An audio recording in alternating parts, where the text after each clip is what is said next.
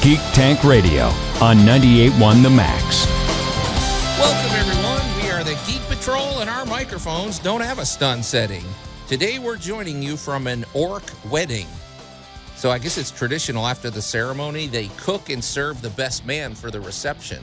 I mean, tenderized. I'm just wondering about the practical necessity of marriages in orc culture, because I thought they're made from the ground, not not the stork story. No. We're World of Warcraft now, dude. We left Tolkien behind. Orcs have lives too, Max. Yeah. So, okay, I don't know. I mean, I've heard of roasting at the ceremony. They're really taking it literally here. So, but in any case, welcome to. I'm not even looking at Brandon. On these occasions, I don't even look sideways. I don't want to know. Y'all don't want to talk about my food story, but you want to talk about roasting people Just at a take wedding. someone past the man flesh for me. The situation here is the fact that if we were to do a true, pure geek show, both Max and Joe would have to stay at home. Probably. So welcome. Stop making up funny things that you know nothing about, Joe. Okay. I watched Lord of the Rings. Those guys. Orcs don't marry. That's what I was just telling Joe. All right, we've really wrong movies. Beaten this gag into the ground. Welcome to you beat this gag into the ground the moment you wrote it down. Okay, welcome to Geek Tank Radio, everybody. I'm Joe Thorderson here with my friends Brandon Olmstead and Alan Gilbreth and our buddy Max over there behind the glass. And okay, if we're gonna get absolutely technical, maybe they don't marry, but we don't know that. No, we know that. Okay. Alan was there when they were still a species. Okay. Hey, one thing we do know is that the Bad Batch wrapped up, and it's funny. I said, "Hey, Brandon, the Bad Batch finale," and I was like, "It's garbage." I'm like, "What? What?" It's like, look. You and I have been in a day and age when, at the drop of a hat, all these major streaming services are canceling things that are very popular. Why are you going to leave me with that much of a cliffhanger? Okay. Everything was left up in the air. They did leave a lot on the table. So it's like they resolved nothing. But Brandon, what it made me realize, because we're we only got about 3 episodes left of The Mandalorian, and it made me realize that hey, I can finally, after 3 or 4 years, take a break from my subscription for Disney Plus. Don't let the mouse hear you. I don't really care about much. Okay, much so else here's the reason why you don't want to do that. Right now, you are actually grandfathered into a really good price range. There is a price hike coming this summer that will almost double it if you do not already subscribe. However you want to do. I'm not going to play their game. I'm not going to let them strong arm me into watching stuff that I don't care about. For one thing, okay. Anyway, so we may circle back on that, but I don't know much else that I care about that's coming up. So how could it be cheaper to pay nothing versus in a year all right. So let's say that All right, let's just do this now. All right, you pay nothing. Okay. You have canceled your subscription. Are you a monthly subscriber? Yes. Actually, that's the dumbest thing you could have done to begin with. I don't know. Actually, I think I am. Because if you're a monthly subscriber, you are paying about 25% more than I am anyway. Okay. Because I'm a yearly subscriber too. All right. That you basically only pay for like 9.5 months when you do the yearly subscription. You get it the whole year, but money wise. Okay, if you break it down. Right. So here's the thing: when they are now at that point where if you cancel, unless you re-up on your subscription within I think it's like 30 days, it may be less than that at this point with some of them, you have to get the new price, and those prices are going up everywhere. How much could they actually go up? What if it's $5 more?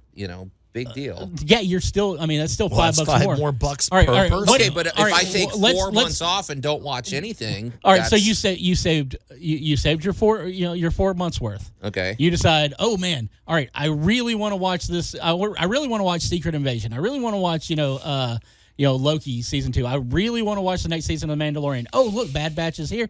We got all this, and then you're on another set, and you're like, you know what? I'll go ahead and re-up it. But now you're paying about 25 to 30% more per month to do that, and then they get you on this, the whole deal, and you're like, all right, I'm going to get rid of this. There is so much more to Disney Plus right now than just your Marvel and your superheroes, your Star Wars stuff. That is amazing. Like renovations is one of the things that I would have figured you'd be into because you're a contractor. Wait, what is that? Jeremy Renner's show that he filmed before his accident he basically bought all these buses that were being liquidated. And they are converting these buses and taking them to the places around the world where kids need certain things. One of them they turn into a water filtration. It's a lot of DIY kind of stuff. And he's working with genuine contractors to create these buses that are actually functional for the rest of society. Is he there swinging a hammer too? Yes, he is. Oh, okay. I didn't know that about Jeremy Renner. Oh, dude. Okay, so he works with tools, right. Okay. If you get the what is it? The National Geographic stuff. Some of those are really some good. Of that stuff is really awesome. Some of that stuff is like, why did you put this on film? But a lot of it's really awesome. Yeah. Are you getting money? Are you getting a kickback from Disney Plus, No, Brandon? no. But you're giving me the hard sell. But here's the thing about Disney Plus that I'm going to keep on going with is that it's the fact that it allows me to not have to go to the theater to watch Marvel films now that I'm surrounded by horrible people half the time when I go to the theater. Well, now Alan just perked up with that one. Yeah. So, I'm just kind of my opinion of theaters. So. Okay, but Brandon, you and I before the pandemic we were always going. We looked forward to these movie releases. Even then, we had certain times where the audience was a little over exuberant or just completely rude. Okay, but we could get through them at that point because of the fact of it. But we are in a different society now, and it's more along the lines of the fact that people decided they didn't have to be courteous or nice to anyone around them, and they've kept that going. They haven't reverted back. You can see it in traffic. You can see it in how people talk to each other out on the street and everything else. So the theater experience has, kind of gone downhill for me. I literally, when I see that a movie's coming out that I'm really interested in, I check on the Thursday before the official release date to see if they're doing a 3 p.m. show. Most people are still at work or, just getting out of school. Yeah. I can go, I can watch the movie, I can enjoy it. Well, that's the hardcore fans because they got to be there first. So that's the thing. Most of them aren't there. They don't. They wait until prime time. Oh, who's there? I'm there with older people who want to go see a movie without it being, ridiculous. I saw Joker that way. It was me and like about 15 other people and one incel in the back going, they gave this to this, so we don't have to be around the real people. I mean, he literally was saying that. Okay. All right. Well, I don't know. We'll discuss it off the air. We don't need to keep, discussing it here. But anyway, we'll do that. We're going to take a quick break, and we'll be right back. You're listening to Geek Tank Radio on 98.1 The Max. Pee Wee Herman burned Max the producer's fan letters. The Geek Patrol is back. I could still hear it. A heartbreaking moment for you, wasn't it, Max? It was humbling. Okay. Yeah, he doesn't want to hear from you. Anyway, welcome back to... I'm a bit too enthusiastic about him. At least... I'm sorry, I got to move on. I can't say a thing. Okay. Move forward, Joe. Okay. Welcome back to Geek Tank Radio, everybody. I'm Joe Thorderson here with my friends Brandon Olmstead and Alan Gilbreth and the very dejected Max, the producer. And we told you we have new You didn't rejoiners. say behind the glass. Behind the glass, we have new rejoiners. We got a lot of them. Yeah. He doesn't have to say your last name. Okay. So we didn't even tease this. We got too wrapped up in this debate with Disney Plus. Brandon is trying through some twisted mathematical equations to tell me I've been homeless for 3 months. I kept my subscription going. Okay. Well, I'm at a point, once The Mandalorian is over, I really don't care much about what else is coming with Disney Plus, at least for a while. I'm like, why can't I cancel my subscription and you can. re-up it I'm when just telling you why it's smart not to. When the Bad Batch season 3 comes out, or the next season of Andor or something. But anyway, we'll move on from that. But you guys, we didn't tease this. Oh, okay, that's the next thing coming. Series premiere June 21st, Secret Invasion. Yeah, I don't care. I'm just like... You don't care about Skrulls? Yeah, you will. You will. I don't care. I just want you guys to realize that you're the host of your premier geek pop culture show in Memphis doesn't care about Secret Invasion. Well, remember that when you send the hate mail. We have reached a point in geekdom. He doesn't like Sam Jackson. No, we've reached a point in geekdom where we have so much that it used to be in the old days, we would take any crumbs, we would take anything they threw at us because it was such a novelty. I mean, when now we've got so much, we can be more selective. So just because a new Marvel movie comes out, I don't have to turn cartwheels. And it's got to hold up. It's chapter 27, and when you don't watch it, and you're like, I don't understand this in chapter 28. Well, that was your fault. Well, you'll fill me in. So No, I won't.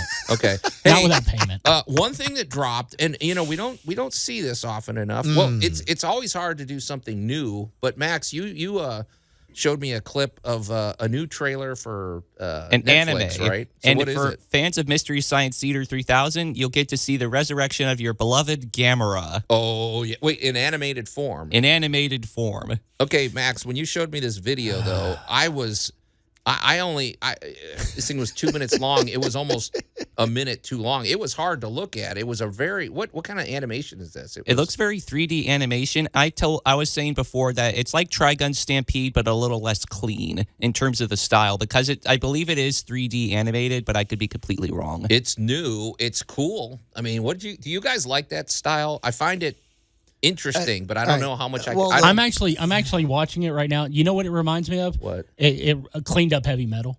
Yeah. From the 70s? Well, 80s. That was that rotoscope stuff, right? Yeah, and I would say that this is probably, it's going to be hard to watch. Okay. Yeah, I mean, it's going to give you migraines. Well, I'm going to binge it. all right, a reverse saber-toothed turtle that shoots flame out of his orifices. Well, no. That's the good part. And the good news is it's not just a movie. It's a 6-part anime series. Yep. About 5 various kaiju that are threatening the world that Gamera will destroy. See, this is one of the reasons why I keep thinking we should mute Max. He says this is a good thing. Okay. I got to watch 6 of these animated. Well, here's what This is going to hurt my eyes so bad. I don't like to make blanket statements, Yeah. but I'm going to make a blanket statement. I will say this. My experience with anime is that anime and the Japanese writers, I think, do a better job of fleshing out characters and making us care about them than some other, writers here in America. Yeah, I don't know. Anime, say what you want. If you're not familiar with anime, there are some where you're looking at the premise, like Attack on Titan. You're like, this is the goofiest thing I've ever seen. And yet, when you watch it, you become completely invested in these characters. You get engrossed in it. It's very emotional, and I think they do a really good job with that. So. I completely agree with you on that, but I'm having a hard time listening to that coming out of your mouth. What? Wait. What are you talking about? Because you're the guy who Attack always on complains Titan. about the exposition episodes on everything else. They do it in a way that's more organic. He wants things shot and blown up.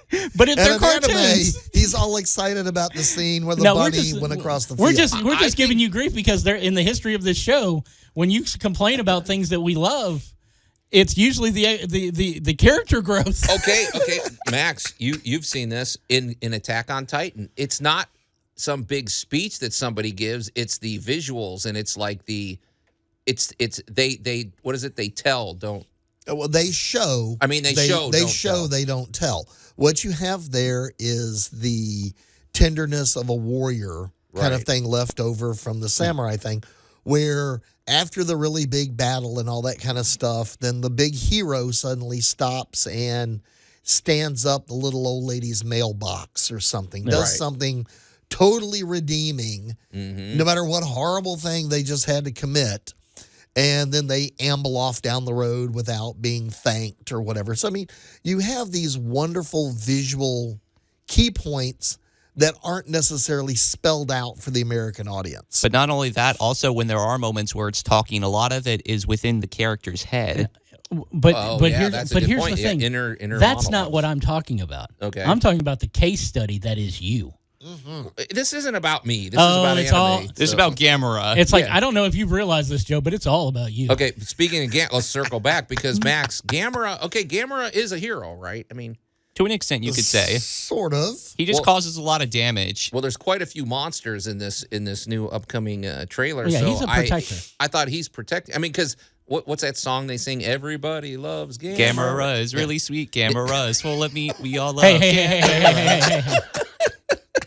8 seconds. That's all you get, Max. Okay, so You work in radio. You know the job. did we even? Hey, I'm the one who gets to mute your mic. Did we even say when it's coming on? It's sometime in 2023. I'm a date uncertain. Well, see, this is the stuff we need. New stuff. Gamera animated and in a new animation style. This is the stuff I can sink my teeth into, not the cookie cutter Marvel stuff that we're getting these days. So, I mean, sorry. Just remember this, though.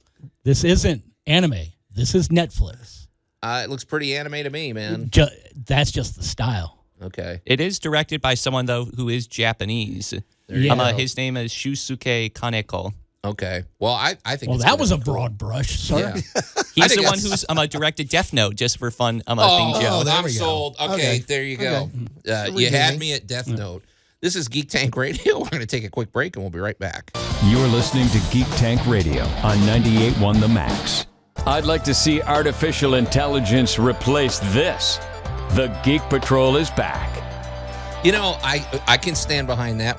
There's no artificial intelligence in this production, and questionable intelligence as well. Well, some of us are part artificial, so I'm good. That's true. Welcome back to everybody. This is Geek Wayne. Welcome back to Geek Tank He doesn't Radio, know where we're everybody. I'm Joe Thorderson here with my friends Brandon Olmstead and Alan Gilbreth and our buddy Max over there behind the glass. And, I haven't teased much this show because you don't. It's pointless. I've learned that if you want the Geek Tank experience, just stay tuned because it's a very organic show. Overly organic in some cases. So yeah, but however, if they really have the urge and they want to find out what we're like in the past, they can just pop over to geektankradio.com and they can enjoy us around the world. And I'd like to give a little shout out to New Zealand and Norway. Okay. We got international followers all over the place. And hello to the Philippines. You guys just showed up a couple of weeks ago. Absolutely. So, and you guys, we kept it low key. I don't know why we didn't kick the show off with it, but this weekend we are celebrating 8 years of Geek Tank Radio. We launched April 4th. Wow. We did. 2015. So this is basically I was going to bring that up if you didn't. So, okay. Yeah. So happy anniversary, you guys. 8 years of this? Yeah. Yeah. Good luck with that, folks. Yeah. And on different platforms. So that's a fun thing, too. Get on some of these different platforms and track down some of the really old stuff. Some of the characters that have made appearances back in the day. Yeah. Maybe they need to come back. No. I miss old Not even Dr. Judge remotely. Mentor. So, Nope. But He's okay. dead. Hey, but happy anniversary, you guys. We're still kicking. 8 years. 8 years. Hard to believe. 8 years of this stuff. So Depends on how we define kicking. okay. He hasn't seen us out on remotes. We kick people a lot. Oh yeah. That's true. Hey, you guys, speaking of kicking it, the Bad Batch finale happened in Old Tech. Spoiler, folks, we're dealing with spoilers. we deal in spoilers. Okay, I was a little surprised. Okay, in fairness, early into the season, I was complaining that there are too many of these shenanigans episodes, Right. we might call them. And some of them, I have to admit, didn't really pay off. They went on all these journeys, and I'm like, okay, well, in the finale, it's all going to pay off, and they really didn't. However, I thought they were picking up steam near the end when they were, we were dealing with episodes with Crosshair and all this. Like, but all right, from that moment where Crosshair finally had enough, and he shot that Imperial officer. right, From there on, it's like I'm jazzed. I'm like, yeah, this is gonna be great. We get a couple more shenanigan episodes, but everything else is falling into line with a storyline that's should have been an overarching storyline from the get-go of season 2. Yeah. But it took it a while to get started, and then they just ended. well, you talk about a cliffhanger. I mean, there's no doubt. There's like a season 27 3 now. cliffhangers Right. in a 22-minute show. And spoiler, okay, Tech, I have to say he might be my favorite of the Bad Batch just because he always gets the job done. He's always calm and cool. I don't know, he always takes care of business and he doesn't get overly emotional, but he's gone. He sacrificed. Plan 99. Yeah. Spoiler alert. Okay, but I don't think he's dead. I mean, come on. He fell basically into the fog from a great height. Well, they have grappling hooks. They have all sorts of things. He's not dead. Well, I mean, That's the Bugs Bunny Roadrunner trick. He's down there somewhere. Well, he cut his grappling hook. That's the problem. Don't they have a secondary? I mean, Not when you have Batman a train. carries backup, Not when so- you have a train coming down on top of you. I mean, he went out heroically, and I liked his one thing that he said though. He goes, "When did we ever follow orders or something like that?" So it was kind of interesting because you don't think of him as you think of him as a very button down formal guy. I mean, and that's the thing is he's like, well, since when do we ever follow orders? But at the same time, he just said enact Plan 99, which is to sacrifice yourself for the mission. Is that what? So we don't know all the dynamics of Maybe maybe it's. But I think I think at this point, we've seen the guys. Crosshair is off on his thing for the Empire. We've got the batch. They never, as much as you think they're in danger, you haven't seen anybody go out. And if you want to keep this, as realistic to the grittiness of war, somebody had to go eventually. I thought it was going to be Echo. I thought it was going to be Echo. Okay, I just thought of something. Okay, well, this is a speculation. What if Order 99 is what it really is I'm going to fake my death and I'm going to infiltrate secretly or something, and so he's off on a mission, and Hunter can't say anything because Omega's got a big mouth. She'll let it slip that you are now talking like one of those conspiracy theorists on the internet. No, he's talking like people who are in the 5 stages of grief. He's definitely in denial. Well, I don't think I don't want him to be dead. I'm glad though that they didn't do one of these things where like they did when they said, "Oh, Chewbacca has been shot down," and then 5 minutes later he's fine. Like that would have taken the weight of it away. So I'm glad they didn't do that. Here's the thing we have to think about on this one is that. There's no record of any of Clone Force 99 later on. So more than likely sometime between now and New Hope, they're all dead. No record, but that's okay. All right, but what about the big other bombshell? What's that doctor, or I don't know if she's a doctor or a technician, but she says, I'm your sister to Omega. Well, that means she's brothers with that, and she's a clone. And right. Well, that's a pretty big deal, yeah. Brandon. What do you know about that? What we know about it is I figured that out the moment she showed up and spoke to Crosshair in a grown-up Omega voice. I didn't. It was you were obvious when she was protective of Crosshair and said, "Don't do this. You're not going to be able to get out." An actual medical technician wouldn't have cared. Well, see, I wondered about that. She was very protective of Crosshair, and I was like, "She's a clone." And you just start picking up on her mannerisms and everything else, and the fact that she sounds like a grown-up version of Omega. Okay, does the Empire know she's a clone? I am guaranteeing they do not. She was pretty cavalier with it. Okay, I mean she's very trusting of Omega to give her that information. Mm-hmm. Okay, well that's a whole new dynamic now. Because she's going to protect Omega because of the fact that the same way she would have protected Crosshair, but she's also going to have that almost familial. I'm not going to say maternal instinct, but she's going to protect the child the same way Hunter does. I feel bad. What's her name? Why can't I remember her name? It's because it was very quick and impassioned. I thought it was like Scree or something. Okay, because there was something about her. Even like you said, I'm like, okay, there's something different about this character. She wasn't just your typical whatever. Although I will say this, the Empire's characters aren't always just complete villains. Some of them have qualities that you're like, okay, they're actually sort of likable. Yeah, they should do that in Andor. Yeah. So, all right. Well, there's more to discuss, and we're not teasing anything. So stay tuned here on Geek Tank Radio. You're listening to Geek Tank Radio on 98.1 The Max. Freddy Krueger has nightmares about them. The Geek Patrol is back. That's Brandon's fault. I told you, leave the guy alone, man. No. You're always antagonizing. It's got to happen. Okay. Welcome back to Geek Tank Radio, everybody. There's a story there that we'll have to record for one of our bonus materials someday. Okay. Yeah. You don't want to know too much. I mean, you and your wife, when you want to take a little vacation, you go to some abandoned cabin in the woods in the middle of fall. They're not abandoned. Nobody does that, Brandon. And then you sit around and watch horror movies on there. I do. She sits on the porch and reads. You guys are weird. Anyway, welcome back. Yeah. I want you guys to realize Joe thinks you readers are weird. Remember who the hate mail goes to. Okay. Welcome back, everybody. I'm Joe Thorderson here with my friends Brandon Olmstead and Alan Gilbreth and our buddy Max over there behind the glass. And it's sort of a mixed bag today. You bringing up horror just makes me want to talk about Scream 6, but none of y'all have seen it, so it sucks. Brandon, no, the movie doesn't. The movie's amazing. It's very violent. Joe couldn't handle it. I've heard it's wonderful. I can't watch that stuff. Yeah. But hey, we've said that I think my new impulse is going to be to under tease and not just lay out the whole what we're discussing on Geek Tank because things always grow organically. And off the air, Brandon, you dropped a bombshell that I want to react to. Okay. So basically, we were discussing the Bad Batch and also my inclination now. Once the Mandalorian season 3 is over in a few weeks, I'm thinking of suspending my Disney Plus subscription because I just don't really care. I know Hulu used to have a way to pause. Disney Plus might have a way to pause. Maybe I'll pause. Whatever. Because that'll keep you in that price range. It's more of a moral thing. It's like I don't want to feel like I have to give Disney my money. I don't know. There's something about it. What's your option? Well, no, you don't have to give Disney your money.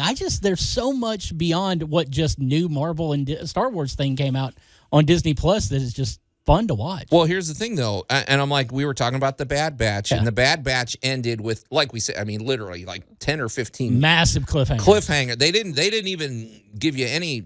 They just boom, cut it off. The episode's over, and now we've got to wait for season 3. Well, you said it's not necessary. They may not necessarily have a season 3. I'm like, come on, There's they no have guarantee. to do. Yeah. No, they don't. How could they? There would be so much outrage if they did that. No, I agree. But if you have paid any attention to the streaming giants lately, they don't care if they outrage you. Well, I mean, the thing about it, I guess the easiest one to look at was Fantastic Beasts was supposed to be a 5-part thing, and apparently it's dead. It looks like they did 3, it lost money, and it's over. Right.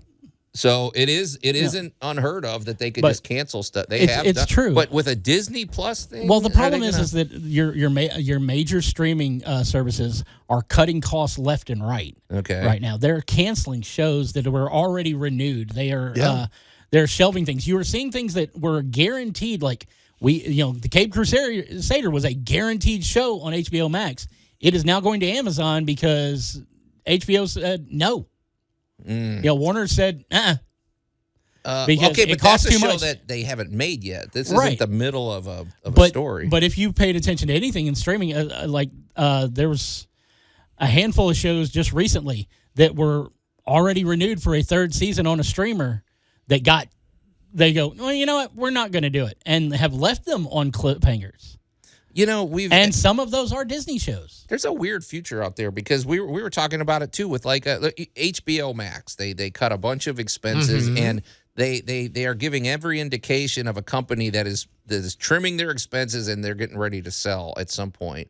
And there may be companies that merge, and it's like the landscape may look totally different in 2 or 3 years. We don't know. I mean, I think you just hit it. The landscape. I don't know about mergers. But the landscape is going to be completely different because you still have a lot of upstarts out there. You still have all of the internet-based television networks like Roku that are bringing on channel after channel after channel. You have other upstarts coming into the market. You've got a lot of shows that and we hear the word the algorithm all the time. Yeah. That they kind of like the insurance company tries to predict when you're going to die. They have all of these things put into what does the show cost, how many people are in it, how well's the star doing, is the blah, blah, blah. They have all these factors, and they've dumped quite a few shows that, you look at them and go, why would you get rid of something that's making money? And it's not just shows. I mean, we're seeing people, higher up people who are like in charge of stuff like Victoria Alonso. Disney cut ties with her. She was number 2 at Marvel. They're just, they cut ties with her because she broke her non-compete clause by doing that movie Argentina. Right. And everything. Okay. The truth of the matter is, you look at it, you get rid of her, you bring someone else in to, fill her role, but you can pay them about a third of what she was making because she was a veteran in this. She's also now an Oscar winner. Yes.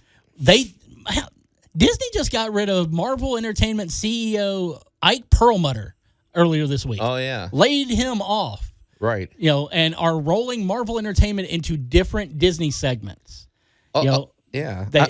Basically, it's the Wild West out there. Well, the thing about it, too, it's like, in our own lifetime, we've seen newspapers basically become obsolete because of technology. We've seen, the music business change because of a smartphone. And it's just all these emerging streaming services and everything. It's really, it's a money thing. It's a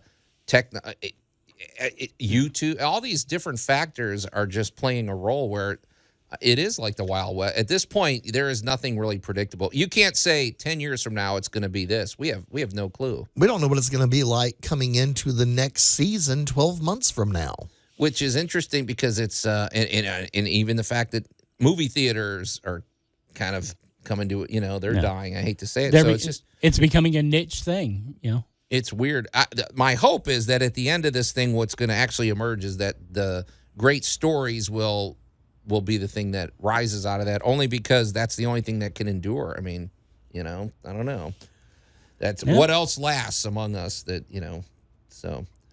But even if you look at the changing, geopolitical aspect of society, how many of the great stories are even, regarded as anything more than a parable that doesn't really fit anymore? Wow, gosh, we're getting really heavy here at the end of. I mean, it's like, but it is a lot to think about. There's just the world has to evolve, and if you don't evolve with it, you're going away. Okay. Weird. Boy, very thought-provoking, you guys, and I don't even know that I feel that good about it, but it doesn't matter. The show's over. We're out of time. So until next week. How's that for an abrupt ending there?